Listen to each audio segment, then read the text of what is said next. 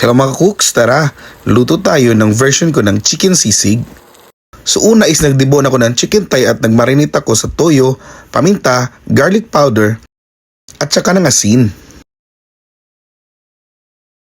So minarinate ko to ng at least 30 minutes mga ka-cooks. Tapos ito nag-init ako ng mantika at iprinito ko na to.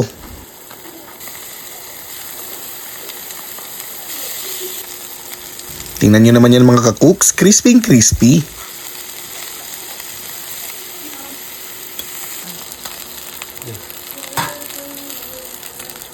At pag okay na at crispy na yung ating chicken, pwede natin itong kunin.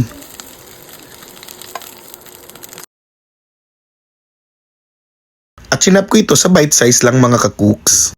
Tapos gumawa na ako ng sauce. So ang gamit ko pala dito is Japanese mayo kasi ito lang yung meron kami. Pero kahit anong mayonnaise, okay naman. Nagdagdag rin ako ng paminta, liver spread at saka kalamansi at hinalo ko na to mga ka-cooks. Naglagay rin ako ng kaunting asukal pambalanse ng lasa. Tingnan nyo naman yan mga ka-cooks. So nagtunaw na rin ako ng butter at magigisa na tayo ng sibuyas.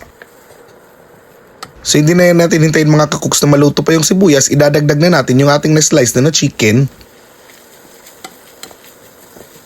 At hintayin natin na marinig natin yung sizzling sound. Tapos pwede nating ilagay yung ginawa nating sauce. Tingnan nyo naman yan mga ka-cooks. Pwede na to. Tapos naglagay tayo dyan ng butas para pwede nating ilagay yung ating itlog. At naglagay na rin tayo ng siling pula at siling green. At isang kalamansi. Tingnan nyo naman yan mga ka-cooks. Ang sarap nito pang pulutan. At masarap din itong pang ulam. Yummy!